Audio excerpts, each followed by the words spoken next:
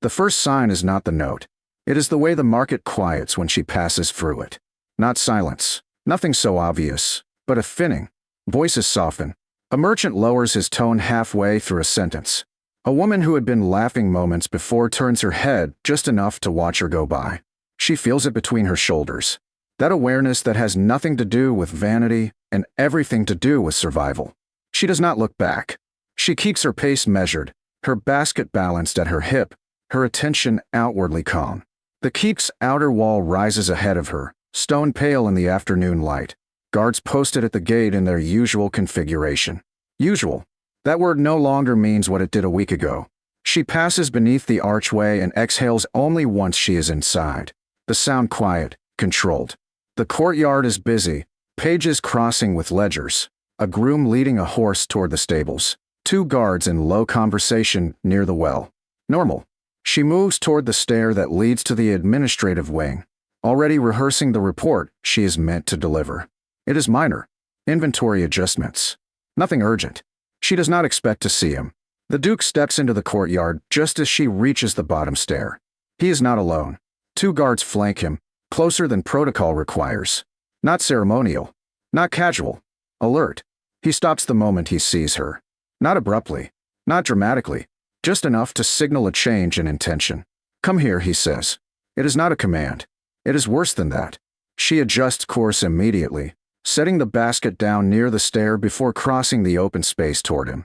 She keeps her head high, her expression composed, even as something tightens low in her chest. My lord, she says, inclining her head. How long have you been back, he asks. An hour. And no one accompanied you? No. His jaw tightens. Who knew you were returning today? She hesitates. The clerk. 2 of the merchants. Possibly. That's enough, he says. The guards exchange a glance. She notices. You're not safe anymore, the Duke says. The words are spoken quietly. Precisely. Not meant for the courtyard to hear. Her breath stills. That's a strong claim, she replies, just as quietly. Yes. And you're not prone to them. No. She studies his face now, really studies it. There is no heat in his expression. No indulgence. Only calculation, sharpened by something that looks uncomfortably like concern. What happened, she asks. 3 things, he replies. In the wrong order. She waits. The first, he says, is that someone followed you back from the Eastern Road. Her fingers curl once at her side, then still. The second, he continues, is that they did not do a very good job of hiding it. And the third, he meets her gaze directly. They were not trying to reach you. The implication lands heavier than the statement itself. They were counting you, he adds. Mapping your habits. The courtyard noise seems to recede, though she knows it hasn't. That doesn't mean I'm in danger, she says carefully. No, he agrees. It means you're about to be. She exhales slowly. And your solution? She asks. He turns slightly, gesturing toward the inner keep. You're moving, he says. Now. Her brow furrows. To where? To my rooms. The words are not dramatic. They are devastating. That's not appropriate, she says immediately. No, he agrees. It's necessary. You could assign guards. I have. You could relocate me to another wing. I won't. And you think moving me into your private quarters will draw less attention? He looks at her steadily. I think it will end the guessing. The logic is infuriating. And my consent? She asks. He does not hesitate. You have it, he says. Or we find another solution. But not one that leaves you unprotected tonight. The word tonight shifts something. She glances around the courtyard again, noticing details she had ignored moments earlier. The way one guard has subtly repositioned himself between her and the gate. The way another has turned outward, scanning beyond the walls. This is not theater. How long, she asks. As long as it takes. That's not an answer. It's the only honest one. She closes her eyes briefly, then opens them again. Your rooms are watched, she says. Yes. And heavily trafficked. Less than the outer wings. And you'll be there. Yes. She meets his gaze squarely. You're asking me to trust your judgment, she says. I am. And your restraint. Yes. The word hangs between them, unadorned. She considers the courtyard once more, the open space, the exits, the unseen eyes beyond the walls. All right, she says. The guards do not react. The Duke does not smile. Now, he adds, they do not take the main stair. Instead, he leads her through a narrower passage that cuts behind the administrative wing, stone steps worn smooth by centuries of use. The corridor smells faintly of old lime wash and iron. She keeps pace beside him, aware now of how closely he is watching the space ahead, and how deliberately he positions himself half a step closer to the outer wall. Protective. Unavoidable. You should have told me sooner, she says quietly. I wanted certainty, and now you have it. Yes. They ascend another stair, then another, passing through a section of the keep she has never entered before. The air changes here, cooler, quieter, insulated from the bustle below. When they reach the antechamber outside his rooms, 2 guards straighten immediately. No one enters, the Duke says. No one leaves without my word. Yes, my lord. The door opens. The room beyond is not what she expects.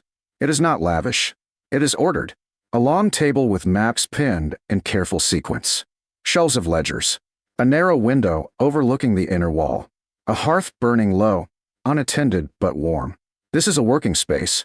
You'll have the inner room, he says, gesturing toward a door on the far side. It locks from the inside. She nods once, absorbing details quickly. And you? She asks. I'll take the outer chamber. She turns to him sharply. No, I won't share a room with you under false pretenses, he says evenly. This is protection, not possession. The distinction matters more than she expected it to. Thank you, she says. You'll be guarded at all times, he continues. But not watched. Good. You can leave, he adds. If you decide this is not acceptable, I'll find another arrangement. She looks at the door again, then at him. And if I stay, she asks. Then you're safe, he replies.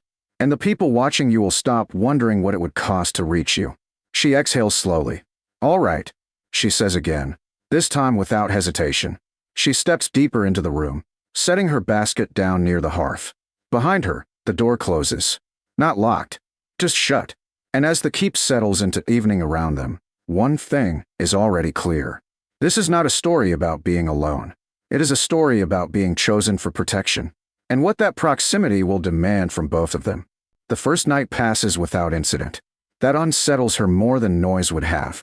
She lies awake in the inner room long after the lamps have been lowered, listening to the keep settle around her.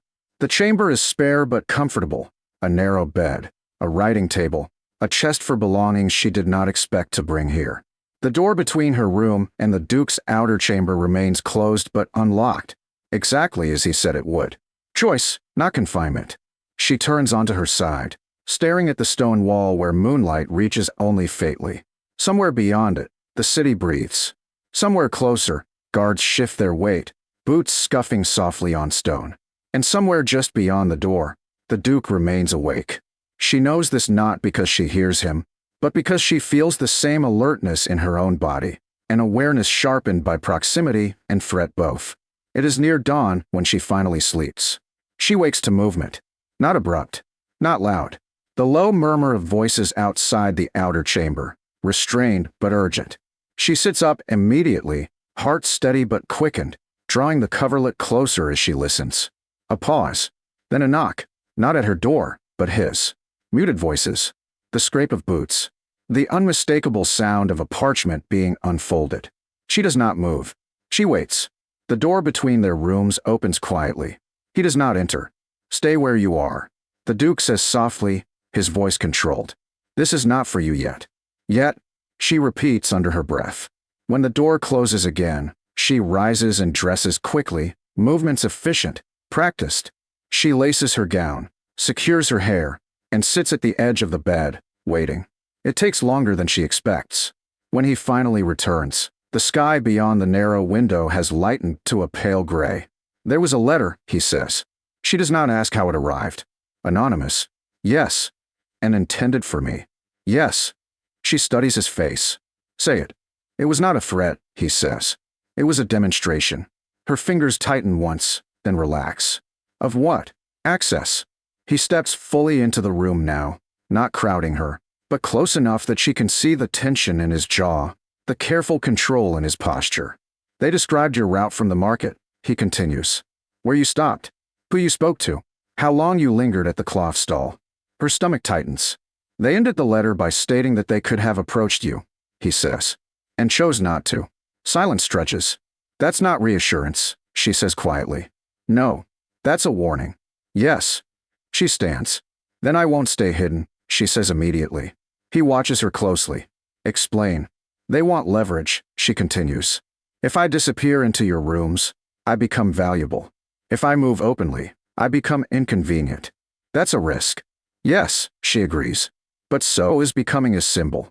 He considers her words carefully. You're asking to leave the keep, he says. I'm asking to be seen, she corrects. On my terms. The Duke exhales slowly. There will be guards. I expect nothing less. And I'll be with you. She meets his gaze. I expected that too. They leave the keep less than an hour later. Not through the main gate. Through a narrow postern door along the inner wall, opening onto a street that slopes downward into the older quarter of the city. The stones here are uneven, worn smooth by centuries of feet. Shops are just beginning to open, shutters creaking, the smell of bread drifting from somewhere ahead. She walks at the Duke's side, her pace measured, her posture calm. Two guards follow at a discreet distance, far enough not to announce themselves, close enough to act. You've walked this route before, he says. Yes. Not recently. No. And not like this. No. The city watches them. Not openly. Not boldly. But she feels it again. That thinning of sound. That subtle shift when people notice something that does not fit their expectations. She does not falter. They pass a crossroads where a cart has overturned, drawing a small crowd. She notices the way the Duke adjusts their path slightly, placing himself closer to the outer edge without comment. Protective. Deliberate. You don't look afraid, he observes. I'm not, she replies. I'm focused. That may be worse. She glances at him. You don't trust focus? I trust it, he says. I worry about what it costs. They stop at a small apothecary near the river, one she has visited often enough to be known, but not so often as to draw attention. Inside, the air smells of dried leaves and crushed resin. The apothecary greets her warmly, then stiffens slightly upon noticing the Duke. My lord, he says, bowing hastily. Continue. The Duke replies evenly. The man does, though his hands shake faintly. She completes her errand quickly, then steps back into the street, acutely aware of the way eyes follow them now. Not curious. Assessing. Halfway back toward the keep, she feels it. Not a touch. Not a sound. A shift. She slows imperceptibly. So do I, the Duke says quietly. They do not turn. They do not stop. At the next narrow lane, the Duke raises his hand slightly. A signal so small she nearly misses it. The guards fan outward, blending into the street with practiced ease. When the man steps out of the alley, it is clumsy. Too obvious. Too late. He freezes the moment he realizes he has misjudged the situation. Stop, the Duke says. The man does.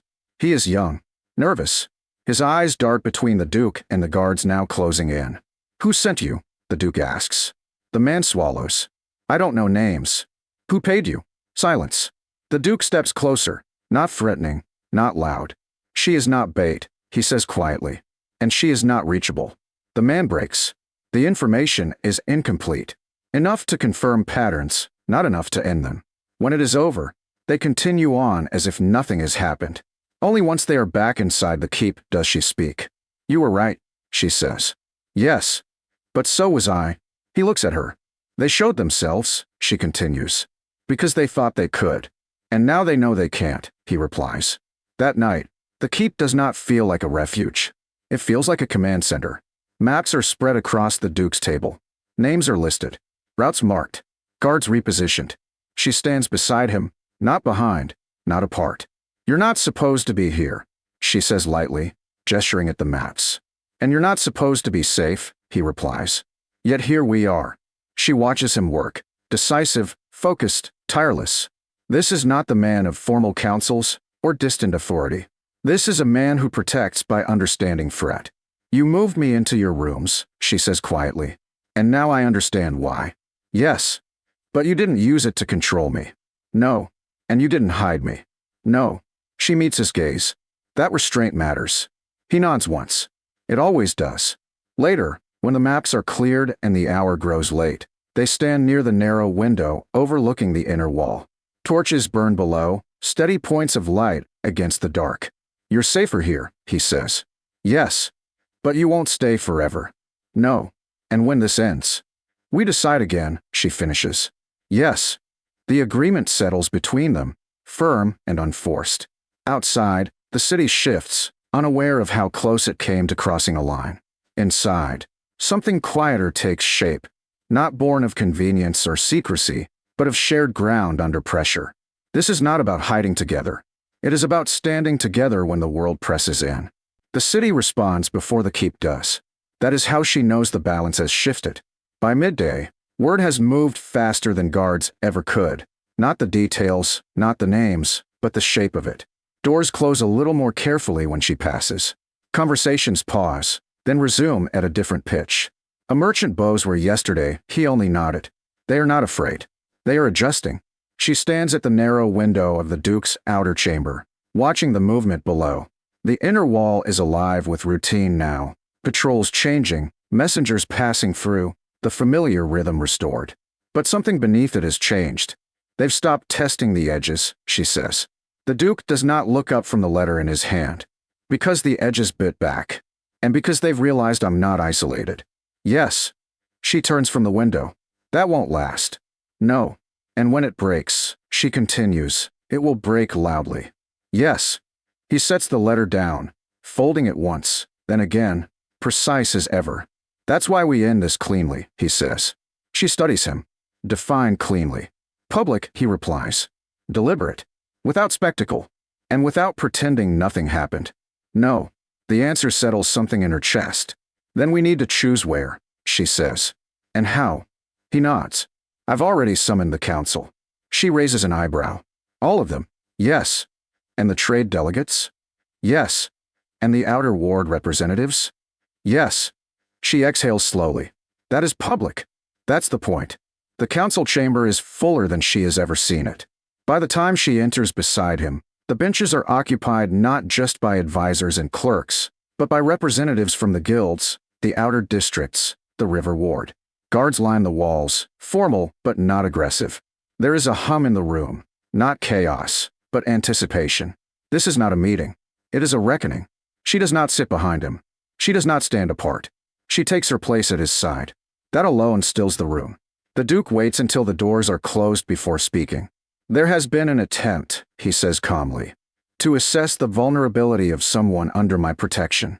A ripple moves through the chamber. Not surprise. Recognition. She was followed, he continues. Counted. Mapped. Murmurs rise, then fall as he lifts a hand. That attempt failed, he says. Not because it was subtle, but because it was careless. He turns slightly, not to gesture at her, but to align his stance with hers. She did not hide, he continues. She did not withdraw. She chose visibility. She feels the weight of the room settle on her now. Not hostile, not curious. Evaluative. And because of that, the Duke says, those responsible expose themselves. He lets that sit. Here is what will not happen, he continues. There will be no private reprisals. No quiet punishments. No whispered disappearances. A few heads lift at that. There will also be no denial, he adds. No suggestion that this was a misunderstanding or that her presence here was incidental. That lands harder. She is not hidden, he says. She is not bait. And she is not expendable. The silence is complete now. She steps forward. The sound of her boots on stone echoes more loudly than it should. I did not ask for protection, she says clearly. And I did not refuse it. She meets the gaze of the room without flinching. I chose proximity because it removed leverage, she continues. And I chose visibility because it removed silence. She turns slightly, addressing the delegates now. You do not need to wonder where I stand, she says, or whether I am reachable. A pause. I am neither isolated nor owned, she finishes, and I will not be negotiated around. The effect is immediate, not outrage. Respect. The Duke resumes. Effective immediately, he says, she will assume oversight of external coordination between the inner keep and the outer wards. There it is. A shift in structure. Not symbolic. Real. She will not be escorted because she is fragile, he adds. She will be accompanied because her work matters. He looks directly at the trade delegates. And if anyone believes proximity to me makes her vulnerable, he says evenly, they are welcome to test that theory openly. No one does. The meeting ends not with applause, but with understanding. When the room clears, she remains standing for a moment, her pulse steady but unmistakably alive beneath her skin. That was irreversible, she says quietly. Yes, he replies. And intentional. Yes. She exhales, the tension she hadn't named finally easing. Good. They do not return immediately to his rooms. Instead, they walk the long outer corridor overlooking the city, high enough to see rooftops, low enough to hear the hum of life below. You changed the structure, she says. Yes. You could have made it temporary. I won't insult you with provisional authority, he replies. She glances at him. You didn't even ask. No, he agrees. I observed. She stops walking, turning to face him fully. And if I had said no, I would have adjusted. And if I walk away after this, you'll walk away with position intact. The certainty matters more than the power. That restraint, she says, is why this works. He inclines his head. It's also why it will last. That evening, the city does something unexpected. It settles. Not into quiet, into clarity. The watchers vanish. The half-seen figures withdraw. The pressure that had hovered just beneath the surface dissipates, replaced by something cleaner. Understanding. She does not return to the inner room that night.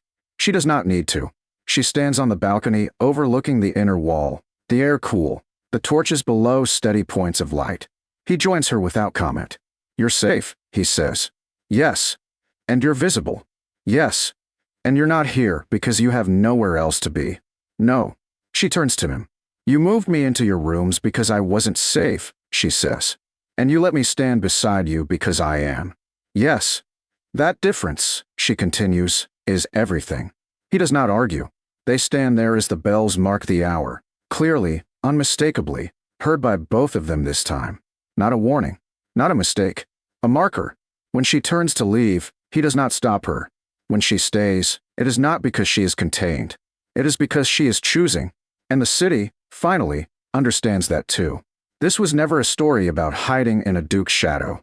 It was about stepping into the light beside him, and discovering that protection, when chosen, can become partnership without possession, which is the only ending worth keeping.